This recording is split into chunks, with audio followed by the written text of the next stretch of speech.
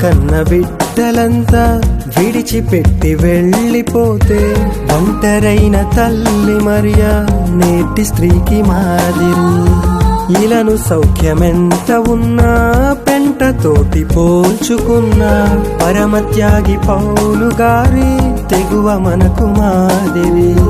బ్రతుకు గోడ బద్దలైనా తగ్గిపోకు తండ్రి పనిలో, తరిగిపోని స్వాస్థ్యముంది తండ్రి చింతన.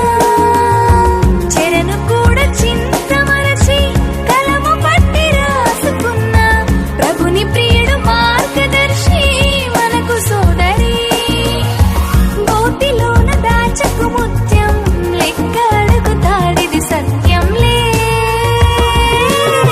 నిలబడు పరుగిడు తండ్రి పని కోసమే, నీ మనసులో ప్రభువును కొలుచు ప్రతి నిమిషమే.